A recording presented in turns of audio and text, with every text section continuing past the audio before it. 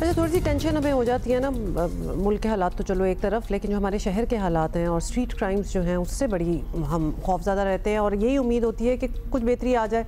अब कराची में मसाइल इतने हैं और एक से बढ़कर एक है कि समझ नहीं आता कि किस किस पर बात की जाए, और शहर में स्ट्रीट क्राइम्स का जो सिलसिला है ना वो भी रुक नहीं रहा, बढ़ता ही चला जाता है, बिल्कुल जारी रहता है विदाउट एनीथिंग। और साथ ही शहर में ट्रैफिक हादसात में नुमाया इजाफा भी देखा जा रहा है। रवा साल ट्रैफिक हादसात में अब तक कोई ऑलमोस्ट समझें कि आप 68 जानें जो हैं वो जा चुकी हैं, और कल जौहर मोड़ और मलीर हॉल्ट पर हादसात में 6 जानें चली गई। अंदाज़ा करें इन सिंगल डे, जबकि एक के बाद एक वाक़या चीख चीख कर बता रहा है कि शहर में स्ट्रीट क्राइम का जिन ना पहले काबू में था और ना अब है।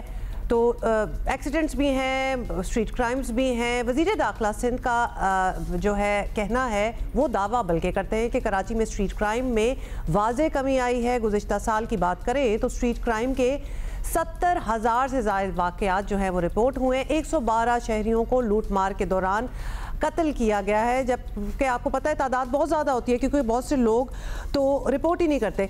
अब आईजी सिंध का क्या कहना है इस हवाले से, पहले तो आप ये देख लें। हमारा यहाँ पे सर्टेनिटी या पनिशमेंट है नहीं। 8-8, 10-10 दफ़ा हम बंदे को पकड़ते हैं, फिर वो बाहर निकल के वही वारदात कर रहा होता है। तो होना ये चाहिए कि एज एन सोसाइटी हमें हर डिपार्टमेंट को, हर सेगमेंट ऑफ सोसाइटी को अपना काम करना चाहिए।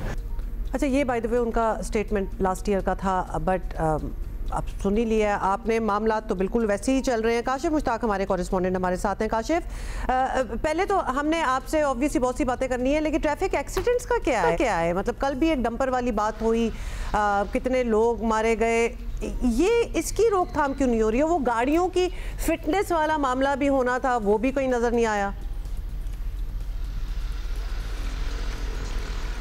देखिए, इस पे हुमा सिर्फ ट्रैफिक पुलिस नहीं बल्कि दीगर इदारों को भी मुतहरिक होने की ज़रूरत है। और हमने देखा है कि शहर में ट्रैफिक हादसात बहुत ज़्यादा बढ़ रहे हैं।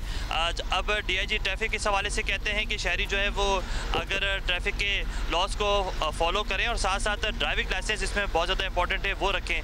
तो इस हवाले से आईजी सिंध की जानिब से भी कहा गया कि ड्राइविंग लाइसेंस के लिए जो स्मूथ वे है उसे इस्तेमाल किया जाए, लेकिन उसके बावजूद शहर में ट्रैफिक हादसात में कमी नहीं आ रही है। रवा साल में अब तक आपको बताएं कि 68 अफराद जान से गए, जबकि 1040 अफराद जो है वो ज़ख्मी भी हुए हैं मुख्तलिफ हादसात के अंदर।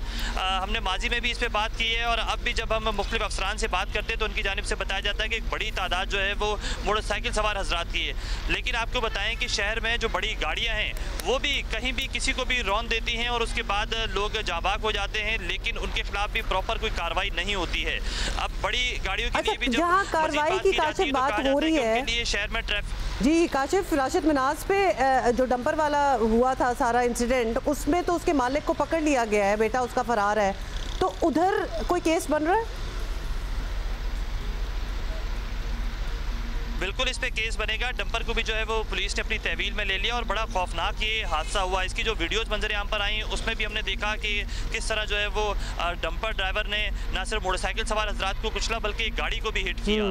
तो इसकी भी वीडियो सामने आई और इसमें जो खातून मियाँ बीवी हैं वो इस पर जांबाक हुए, जबकि जो मलीर हाल्ट वाला ट्रैफिक हादसा है उसके अंदर भी जो है हमने देखा कि एक बाप और बेटा जो है वो इस वाक़े के अंदर जो जांबाक हुए, जबकि जो एक खातून है वो इस पर जख्मी हुई और शदीद नौयत की जो है वो उसे जख्म आए हैं। तमाम इस हवाले से भी पुलिस की जानिब से दोनों इन हादसात पे कार्रवाइयाँ की जा रही हैं, लेकिन साथ साथ मुख्तलिफ हादसात के हवाले से भी रोकथाम के लिए एक मुहिम चलाई गई, लेकिन हमें वो मुहिम भी जो है वो वक्ती नज़र आती है। ट्रैफिक पुलिस हुक्काम ये बताते हैं कि उनकी जानिब से भरपूर कोशिश की जा रही है कि शहर में जो है वो मुकम्मल तौर पर ना सिर्फ हैवी ट्रैफिक को उनकी जो औकात कार हैं उसमें जो है वो रखा जाए, बल्कि साथ साथ नॉर्मल ट्रैफिक के लिए भी जो है वो तमाम तर रूल्स फॉलो किए जाए। ठीक है, बिल्कुल बताया जाता है कि शहर में जो है वो बिल्कुल आप सही कह रहे हैं, रूल्स फॉलो करने चाहिए। और हमने देखा है बड़ी लाइनें लगी हुई हैं आजकल ड्राइविंग लाइसेंस भी बनवाने के लिए। लेकिन अब ये सोल्जर बाजार वाले इंसिडेंट का बताएं, ये स्ट्रीट क्रिमिनल्स का भी पता यही चलता है कि वो रिपीट ऑफेंडर्स होते हैं, बार बार वही मुड़ के सामने आ रहे होते हैं, ये बताएं।